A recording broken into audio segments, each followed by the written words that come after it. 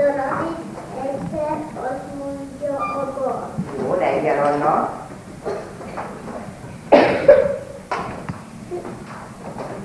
Péter. Egyre volna.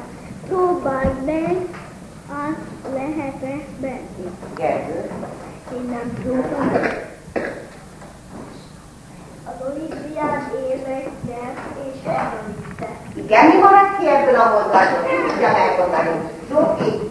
A fényes. A fényes szó betűjében picit jobban kell figyelni, jó? Köszönöm szépen. Iges, önügyes válaszol, az összes orgához mondjuk is el a nevüket rajta.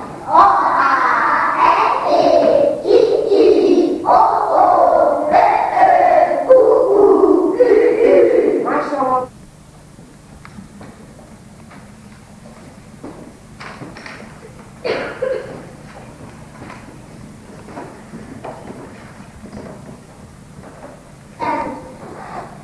A szál elmegy az árvácskához, és bekopogtatnak a levélhez.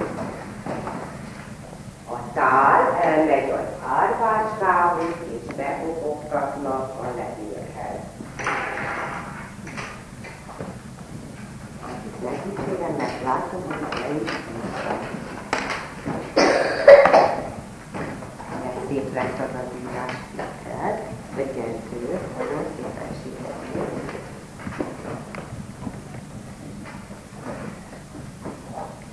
Enzik is nekik csinálnak. Várj a következő feladatot. Most egy picit hosszabb szót mondok, figyelj.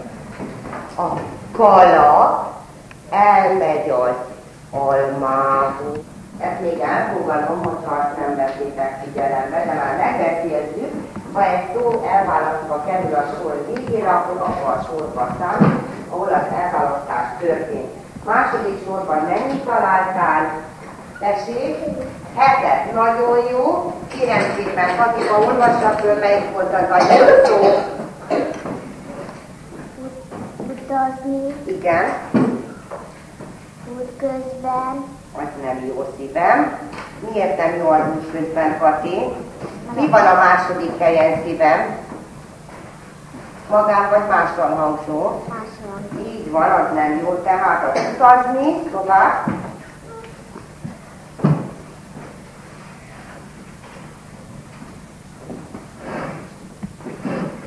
Nem találtál többet, Katikán? Vaj, Katika. Nagyon jó. Hogy vagy?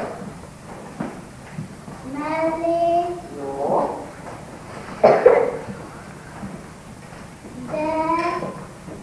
De.